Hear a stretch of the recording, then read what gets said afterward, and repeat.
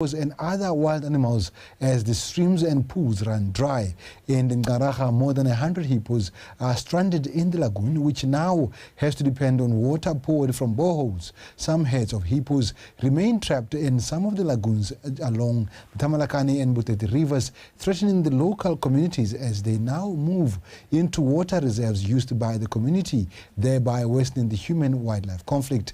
The Tamalakane River normally flows in winter, but it is yet to flow, and the expected waters from the Okavango Delta are expected in the near future. And the Minister for Health, Dr. Kuloti, will this month assume the presidency of the 77th World Health Assembly, which will be held in Geneva, Switzerland, from the 27th of May to the 1st of June 2024. The World Health Assembly, which comprises of 194 countries from across the world, is the supreme decision-making body of the World Health Organization. The assembly, which is attended by ministers of health from across the 194 member states, takes crucial decisions about the policies, strategies and budgets and appointments of the Director General of the WHO, amongst others. As the President, Minister Dikoloti will chair and preside over the program agenda of the 77th World Health Assembly. And in the OD alleged minor rape case, the Broadhurst Chief Magistrate, Lina Mukibe, says the prosecution has failed to provide crucial information and evidence before the court in their application. The Director for Public Prosecution made an application to have the rape-accused person, Samuel Sololwane, be forced to submit blood samples for DNA tests. Sololwane, who is accused of raping a 13-year-old minor, is refusing to voluntarily submit blood samples. Unkutlile Tamache. Magistrate Mukibe says the reasons advanced by the Director of Public Prosecution in the filed application, which requests the court to issue an order to have the accused Mr. Samuel Sololwane, who is charged with an offense of raping a 13-year-old minor, to submit blood samples, are not strong and convincing. Magistrate says the prosecution has failed to provide crucial information which can guide the court on why they are saying Sololwane has committed the offense of raping a minor and the factors they considered when linking the accused to the offense made. She says for the investigating officer, Detective Sergeant Molapo, to indicate that she has recorded witness statements and that the said minor was taken for medical examinations at Block 9 Clinic in Gaborone, and a medical report was prepared by Dr. Mawazo, are not convincing reasons to allow the court to make informed decisions. Magistrate Mukibe says it will not be in the best interest of the child concerned in the current proceedings to dismiss the current application merely on the basis that the prosecution has failed to place crucial information or evidence before court. Magistrate Mukibe says it is understandable that at the time of the arrest, the information or evidence was scanty, but whatever information is there can be placed before court to enable it to make informed decisions on the matter. The prosecution was therefore ordered to place such information or evidence before court so that the court can determine if it's right for someone to be forced to submit blood samples or not.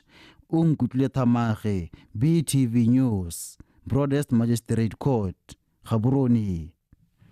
Now, residents of Magotlwane village have been encouraged to utilize government initiatives to develop their village. The area member of parliament, Reka Bokhare, advised the residents, adding that they should grow their business sustainably and put in application requests for the Chama Fund in large numbers. Kisofet Makwinja. According to Mr. Hare, at the moment, no one can give an excuse for not applying for Chama Fund because the requirements have been relaxed to make the fund accessible to every Botswana, as they could apply even online at their convenience.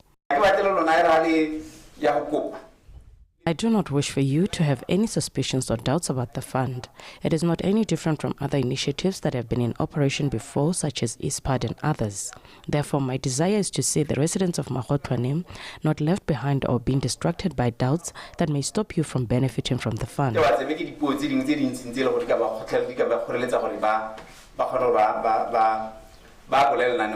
All eligible applicants for this initiative were urged to attend Kotla meetings or visit any relevant offices to get first-hand information about government's programs. If you're a small business owner, your intention is not to remain in the same position forever, but to make use of the available resources and business facilitations provided by Leah, SIDA, and others so that you can grow as an individual and also as a business.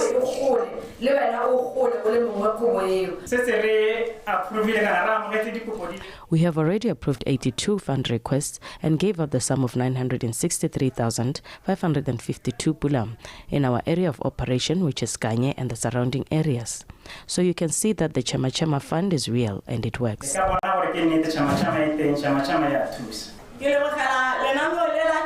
I am grateful for the Chama Chama Fund, which has revived my business desire as a senior citizen who has long developed an interest to see myself running my own mobile suites business for myself.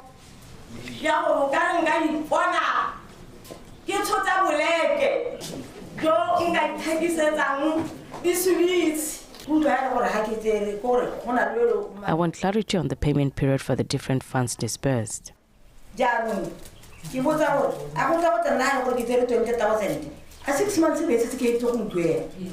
SIDA and Leah officers were part of this gathering to give clarity and also to enlighten the public about government programs and how to apply for this program. BTV News, Mahotlwane.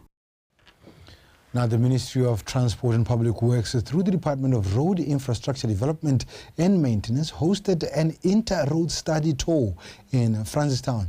The study tour, which is attended by roads employees from Botswana, Lesotho and Eswatini, is held annually with the aim to share ideas on road projects, networking, as well as team building. Faith Ditete. Botswana recently took a move to remodel its project's implementation strategies by launching the Development Manager model.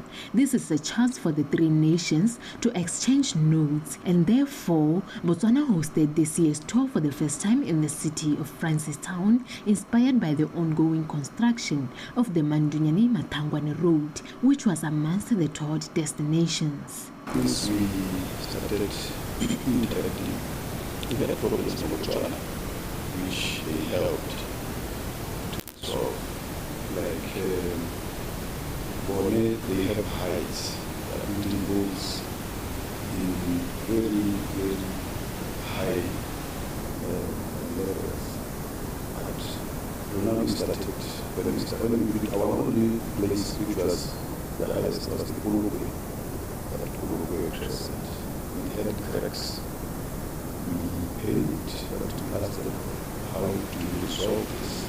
They gave us a very big solution which costed the government almost nothing other than consulting the outside consultants.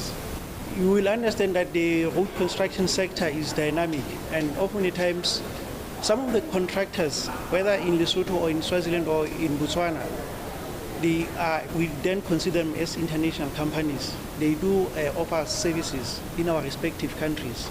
And with that, we are able to say, from the experiences that the counterparts are having with the construction issues, we get to share what is the new technology that they are embracing, the issues that they are facing day-to-day in terms of making sure the construction sector is well kept. This event is said to be the only retreat of the department. The program was accompanied by a cultural display and exchange by three nations, as well as sporting activities to demonstrate healthy lifestyle in the workplace.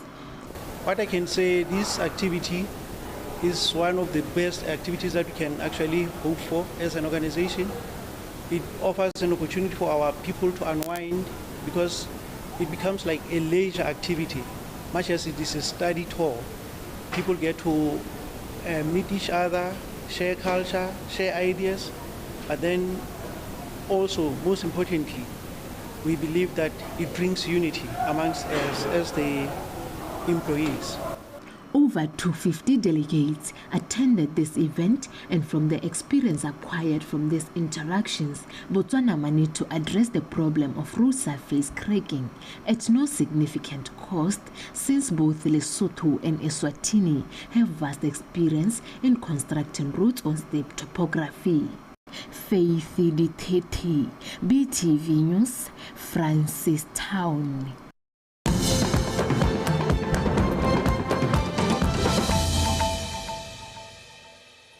Now you're watching BTV News, and thank you for staying with us. Now, dance and cultural events have been identified as sustainable avenues to create employment and generate revenue. As such, the National Arts Festival competition kicked off in Kasane with traditional songs and dance competitions to encourage the community to take their cultural heritage seriously, as it can benefit them economically. Kito Temane. Traditional dance competitions are a constant reminder of people's origins and that they should cherish it, since it is the definition of their ancestral roots. Furthermore, the competitions give the nation an opportunity to learn more about other ethnicities, culture, and tradition. Dance and cultural diversification are said to be part of the cultural tourism that can be used as a business opportunity.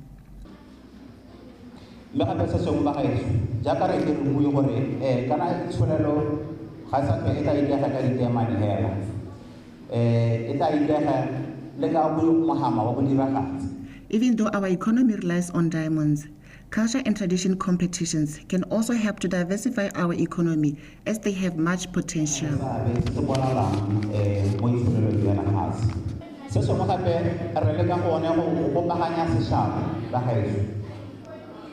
Botswana is one of the countries with exceptional culture and tradition. So these competitions serve as a cultural development that can be used as a marketing opportunity to diversify cultural tourism and heritage tourism, which will ultimately aid in the economic development.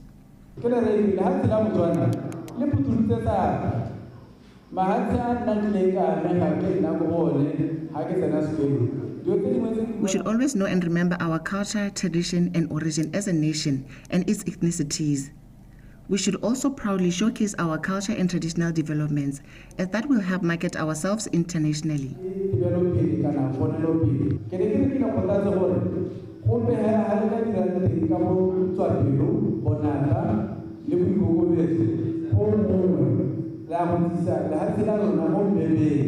The Sepero group, which scooped the first position, said they are happy to have these competitions and they are going to work hard in the next session.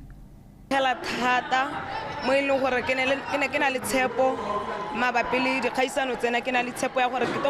happy to have won these preliminary competitions. I already anticipated that we are going to win.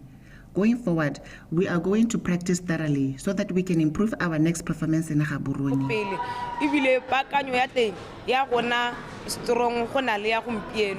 Traditional groups are urged to always implement judges' reviews, as that will help in bettering their performance for the upcoming competitions. Kitso Temane, Botswana Television, Kachikau. Now, the African Federation of Teaching Regulatory Authorities, or AFTRA, member states have expressed concern over some teachers who work with fake qualifications. The members said this at the AFTRA conference, which was held in Lusaka, Zambia. The teaching profession is important and regarded as the bedrock of education in different African countries. This profession is therefore faced with countless challenges, some of which even make it hard for teachers to execute their daily duties. Teachers using fake educational qualifications remains a major concern to the members of the African Federation of Teaching Regulatory Authorities, AFTRA. We need to strengthen collaboration so that we check on the good practices and experiences in terms of teacher regulation. But what we also need to do is to come up with regulations or systems, policies that just talk to each other, so that a teacher who claims to be qualified in Zambia, when they go to teach elsewhere in another country, it could be in SADC or outside SADC, we must have systems of making sure that we check whether the qualifications they are presenting are authentic or not. So I think collaboration is key, and this is which brings in now the issue of AFTRA. But what we are saying also is that we want to standardize teaching standards within the continent of Africa.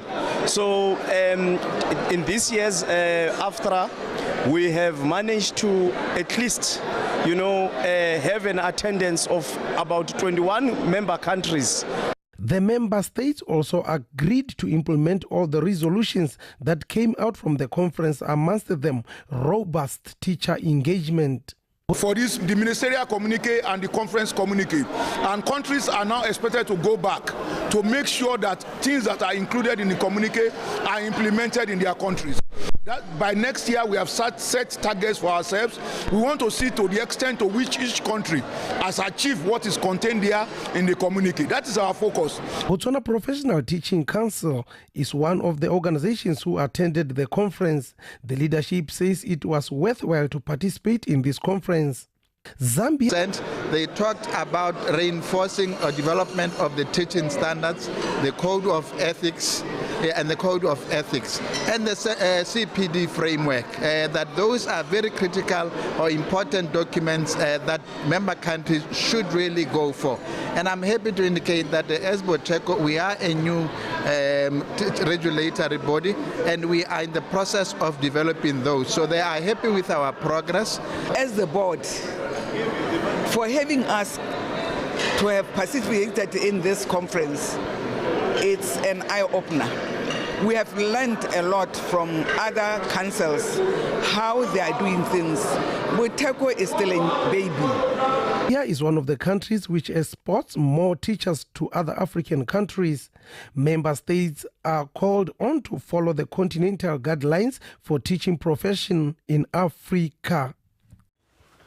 And that's how we end our bulletin this hour. Thank you for watching. We're standing by to give you sports updates.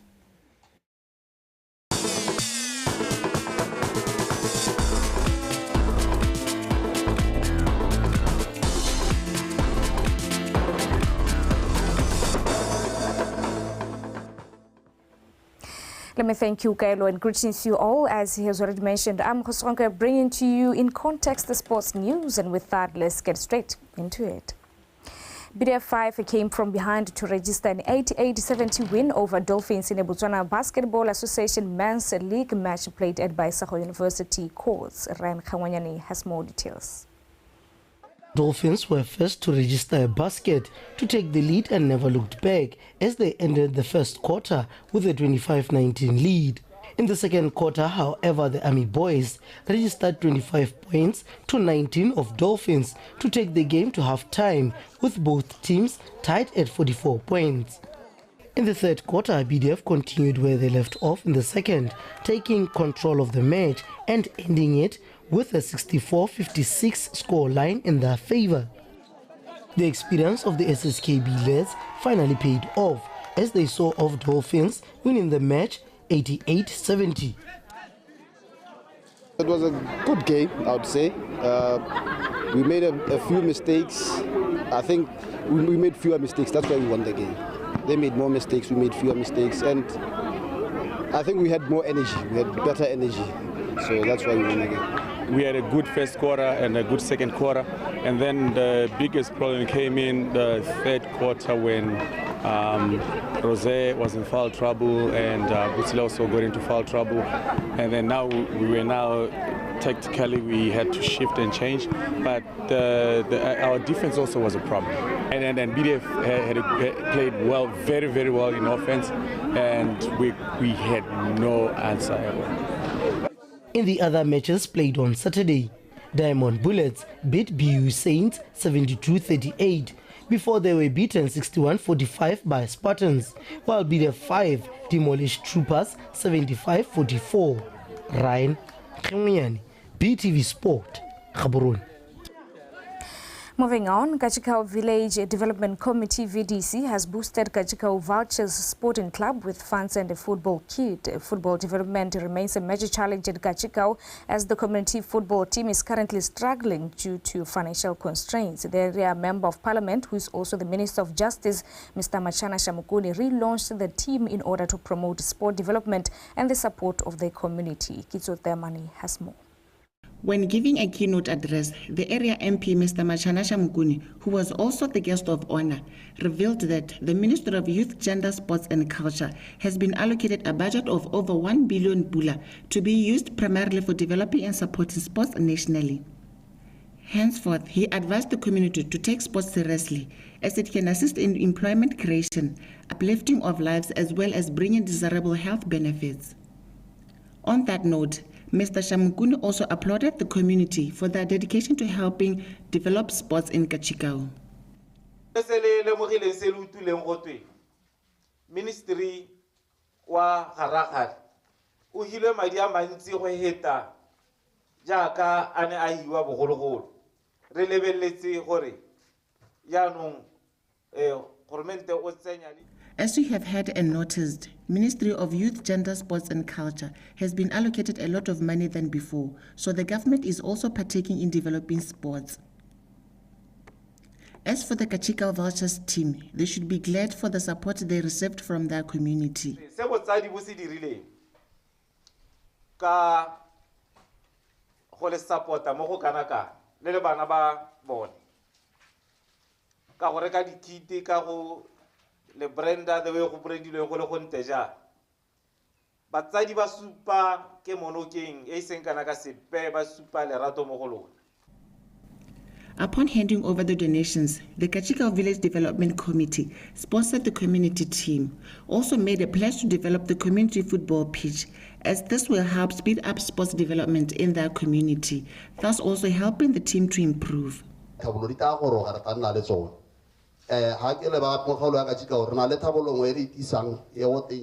are yet developments to be done in Kachikau in relation to sports.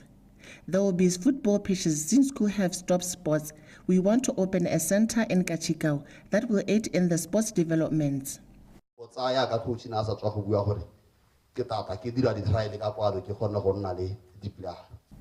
For his part, the Kachikau Vultures coach said they are happy to receive such support from the village leaders and their community, saying this will act as a form of motivation for them to do better in their next fixtures.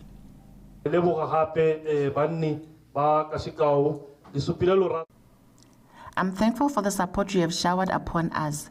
I plead for more support in due course, as we will work hard to make the community proud. Communities and village leaders are asked to assist their community teams as they can help grow and develop sports in their villages as well as nationally. Kitso Temane, Botswana Television, Kachikau.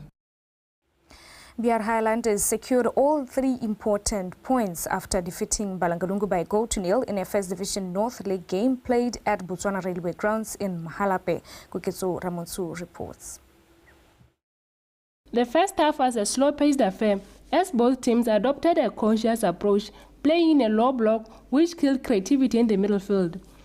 Both teams had a few goal attempts as the game went to the first half break on a goalless stalemate. Finally, Mohakol Balatose rose to the occasion and scored on the 82nd minute to steal an important victory for Highlanders. The two opposing coaches expressed different views on their players' performance. And for us, it was quite difficult after dropping points in the past 2 games, kind of out of the race maybe, or maybe the 3 points will take us back. So it was not an easy game. The boys needed to be motivated towards the game. That's why here and there it looked slow, but at the end we are happy. We tried to manage it and got the 3 points of it. Kana football na le ka hense ka te how tshameka game ya football o ke win or lose or draw. So ke dio tsentse re tari di solo etse team gore re ka draw re ka nna ra wina re can start of football. BR Highlanders' 8th victory leaves them 5th in the log standing with 32 points, while Mpalakalungu, who are on 24 points, registered their 9th loss of the season with a game to go. Kokezwa Ramonsu, BTV Sport, Mahalape. And that is all that we had for you from In Context, the Sports Desk. Let's meet you later on at 5 p.m. for Botswana News. And Amadle Babili was interpreting in sign language. And of course, have a good afternoon. Gaelo Saboneso on standby to continue with In Context here on BTV News channel. #Iganyorona.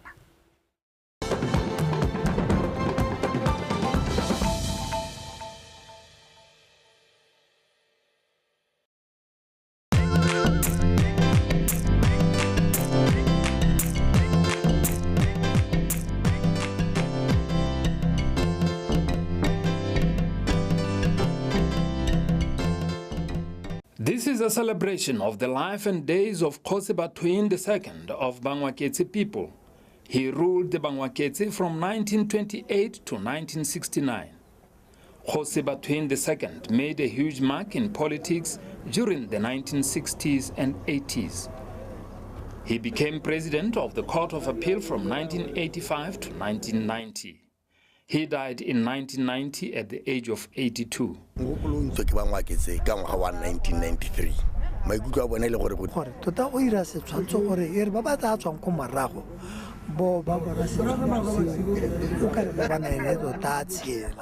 Ha re bua ka thuto re ka ha dikai tsa sekolo di tshwana le maisantoyana bo matsakgang bo makaba se a ileng a bona bangwaketse ba tshwanwa ke gore ke ba tsene sekolo.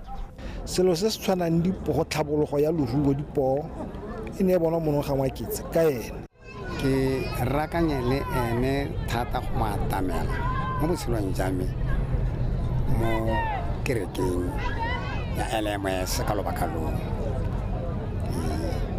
me ka mo itse e le moopane wa kereke ya Lonto ebile e le molitsi wa letlole la kopelo me ebile e le motho o tshegeditseng khwaere le go ya goga ya kopelo ya kereke. Kgosi ene nonogile thata, kgosi ene rata thokgamo mo motseng wa yone. Well-known local sculptor Masilunyana Radinoga had to work with this committee to produce a life-size sculpture of Kgosi Bathoeng II, popularly known as B2. Committee ya bangwaketse ne thopile go ka baakanyetsa selo se ba ne ba nthopa gare ga ba bangwe ba ba neng. The process started with some clay work that laid the foundation for a sculpture mold. Radinoga was provided with dozens of photographs as reference material. Here, he would pick postures and other important details such as gestures. The organizing committee made frequent visits to the site in order to appreciate progress being made as well as to make sure everything went according to plan. Every comment was noted and acted upon. One of the moments captured featured a visit by Kgosi Sepapiso II. He would pay much attention to detail and even make reference to the miniature statue that